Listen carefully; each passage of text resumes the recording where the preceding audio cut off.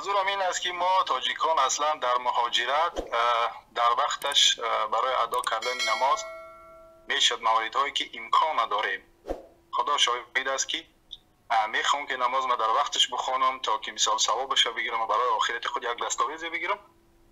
مثلا من در یک فامیلی روز کار میکنم، من راننده هستم، یعنی کودک و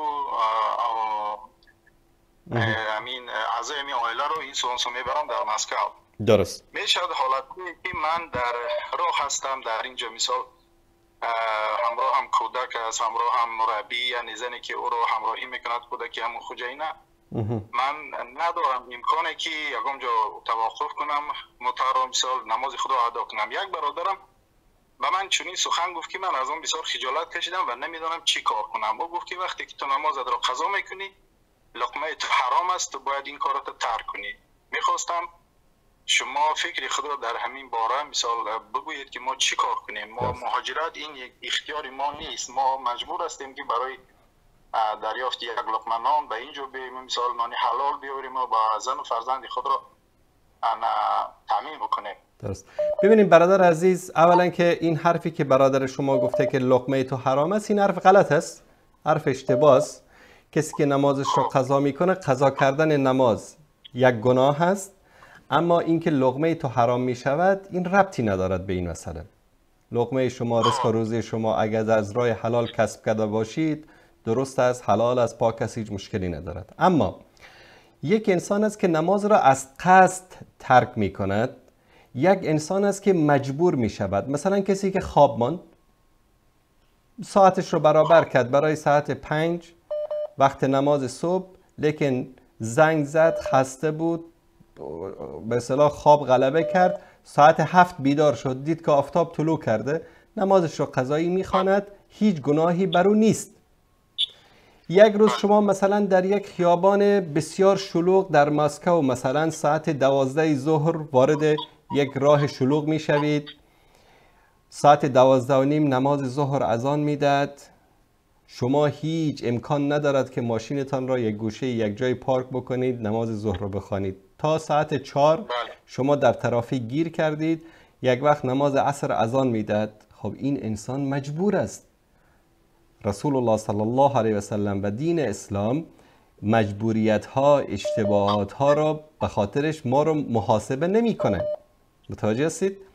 اما یک انسان فرصت برایش میسر می شود، فرصت برایش میسر می شود که نمازش را بخواند. مثلا یک نماز ظهر رو فرضش را خواندن یعنی خیلی از یک انسان وقت بگیرد 5 دقیقه، بیشتر وقت نمیگیرد. بله، این 5 دقیقه رو در هر وقتی که قبل از قضا شدن نماز ظهر شما بخوانید، به خاطر مجبوریتی که دارید، الله متعال از شما قبول میکند. به طور مثال شاگردی را در خانه رساندید، بعد از اینکه در خانه رساندید یک جای نماز همراهتون در ماشین داشته باشید. باور بکنید یک روزی، من این رو به خاطر ریا نه، به خاطر مثال میگم به شما، دین، پابندی به دین سخت است. انسان وقتی که به دینش پابند باشه، وقتی که دینش رو عمل بکنه سخت است. شاید مردم بخندن، شاید مردم مسخره بکنن، اما ما این نماز رو برای خالق ما میخوانیم، برای پروردگار ما میخوانیم، اجر و ثوابش رو در نزد الله متعال میگیریم. من یک روزی با خانمم در پارکینگ یک مولی، یک فروشگاه بسیار بزرگ که پارکینگای بزرگ دارن، وقت نماز مغرب شد، در بین 2 تا ماشین، جانمازمون همیشه در ماشین هست، انداختیم نمازمون رو خواندیم. باور کنید هر کی رد میشد نگاه میکرد و نگاه‌های بدم میکردن. اما ما به عنوان یک مسلمان باید به دین ما افتخار بکنیم. نصیحت من به جوانان مسلمان این است که تو در هر گوشه ای از شهر، در هر جایی که وقت نماز شد، در پارک هستی، کنار خیابان هستی، جانمازت در ماشینت باشه، بنداز نمازت رو بخوان. این خودش دعوت به دین است. بله استاد، ببخشید من خود مثال از قرآن بلد هستم، قرآن میخونم، بعضی تفسیرات قرآن رو به ترجمان من میفهمم، من هم این چیزا رو خودم میدونم. اگه برادر که سوادی نداره و مثال قرآن نمیخونه، حرف عربی رو نمیدونه، و من همین سخن رو بسیار خجالت کشیدم، بسیار از همون روز که همین سخن گفت در فکر رفتم خدایا من چی کار کنم از این کار. ما تاجیکا رو استاد باور کنید در این مسکو در این روسیه ما رو فقط برای کارهای سیاه میگیرن. کارهای سیاه همین ساختمان همین سختی‌های بسیار دارد، شرایط‌های بسیار وزنی دارد. ما کار در اونجا مثلا طهارت کردن شرایط نیست.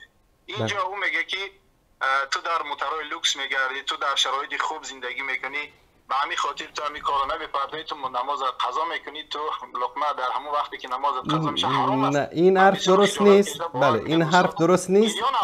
بله این حرف درست نیست. اما ما باید ببینید هر کس به اندازه سختی که میکشد در ادای عبادت اجر و پاداش میگیرد.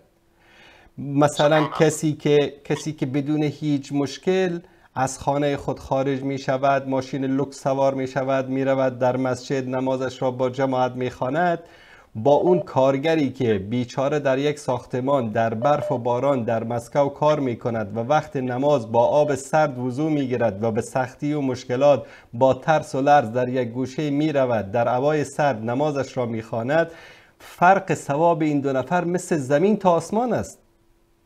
سبحان الله. تشکر از شما برادر عزیز. الله مطالب حسن کند. زنده و سلامت باشید. در امان خدا باشید. سلامت باشید.